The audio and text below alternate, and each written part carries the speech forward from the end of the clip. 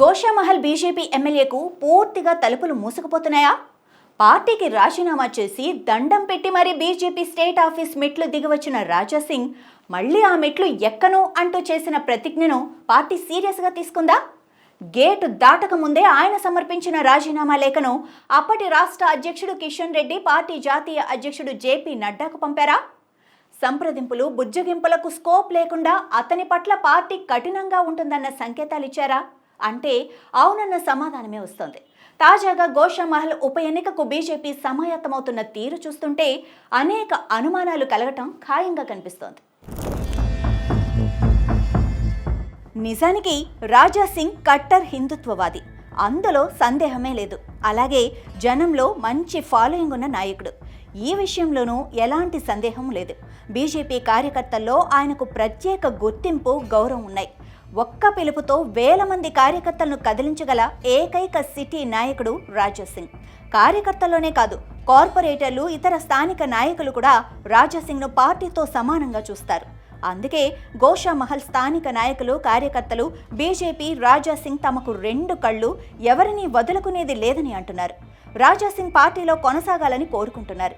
అయితే ఎన్ని సుగుణాలు ఉన్నా క్రమశిక్షణ గీత దాటి బీజేపీలో కొనసాగటం అయ్యే పని కాదని పార్టీ నాయకులు స్పష్టం చేస్తున్నారు. నిజానికి ఇప్పటికే రాజాసింగ్కు పార్టీ లాంగ్ రోప్ ఇచ్చింది. అనేక మార్లు ఆయన గీత దాటినా ఆయనకున్న ప్రత్యేక అర్హతల దృష్ట్యా పార్టీ నాయకత్వం చూసి చూడనట్లు వదిలేసింది. అయితే ఇక ఇప్పుడు ఉపేక్షించే పరిస్థితి ఉండదని రాజాసింగ్ అనుకూల వర్గం నాయకులు వ్యక్తిగత సంభాషణల్లో అంగీకరిస్తున్నారు. అయితే తాను కోరుకున్న విధంగా ఆయన రాజీనామా లేఖను అసెంబ్లీ స్పీకర్కు పంపి ఆయన్ను సస్పెండ్ చేయమనో, సభ్యత్వాన్ని రద్దు చేయమనో కోరే పరిస్థితి అయితే రాకపోవచ్చని అంటున్నారు. అదే సమయంలో రాజాసింగ్ తనంతట తానుగా రాజీనామా చేస్తే తర్వాత వచ్చే ఉప ఎన్నికల్లో బీజేపీ తమ అభ్యర్థిని బరిలో దింపుతుందని, అందుకు రంగం సిద్ధం చేసుకుంటోందని చెబుతున్నారు. నిజానికి ఉప ఎన్నిక వస్తుందా రాదా అన్న విషయం సంబంధం లేకుండా రాజాసింగ్ స్థానంలో మాధవీలతను ఓల్డ్ సిటీ లీడర్గా నిలిపేందుకు బీజేపీ నాయకత్వం ఇప్పటికే ఒక నిర్ణయం తీసుకున్నట్లు సమాచారం.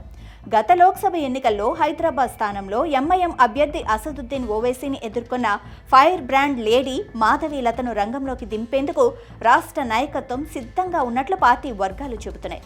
బీజేపీ జాతీయ ప్రధాన కార్యదర్శి, రాష్ట్ర వ్యవహారాల ఇన్ఛార్జ్ సునీల్ బన్సల్ మాధవీలతతో మాట్లాడి గోషామహల్ అసెంబ్లీ స్థానం నుంచి పోటీ చేసేందుకు సిద్ధం కావాలని చెప్పినట్లు తెలుస్తోంది. ఉప ఎన్నిక వచ్చినా రాకపోయినా అసలు ఎన్నికలతో సంబంధం లేకుండా పాత బస్తీలో రాజాసింగ్ పాత్రను ఇకపై మీరే పోషించవలసి ఉంటుందని మాధవీలతకు బీజేపీ హైకమాండ్ స్పష్టమైన సంకేతాలు ఇచ్చినట్లు సమాచారం. మరోవైపు రాజాసింగ్ తాను పార్టీని వదిలినా హిందుత్వ సిద్ధాంతాన్ని వదిలేది లేదని అంటున్నారు. అలాగే ప్రధాని మోడీ, హోంమంత్రి అమిత్ షా నాయకత్వాన్ని సమర్థిస్తానని, తన కోసం పార్టీ కేడర్ ఎవ్వరూ పార్టీ వదలవద్దని సందేశం ఇస్తున్నారు. ఈ నేపథ్యంలో రాజాసింగ్ నెక్స్ట్ మూవ్ ఏంటి? సరెండర్ అవుతారా, సై అంటారా అనేది తేలాల్సి ఉంది. అయితే ఇప్పటికిప్పుడు అటు బీజేపీ నుంచి కానీ, రాజాసింగ్ వైపు నుంచి కానీ ఊహించని నిర్ణయాలు ఏవి ఉండకపోవచ్చని సమాచారం. గోషామహల్ ఉప ఎన్నికకు 50-50 ఛాన్సెస్ మాత్రమే ఉన్నాయన్నది పరిశీలకుల అభిప్రాయం.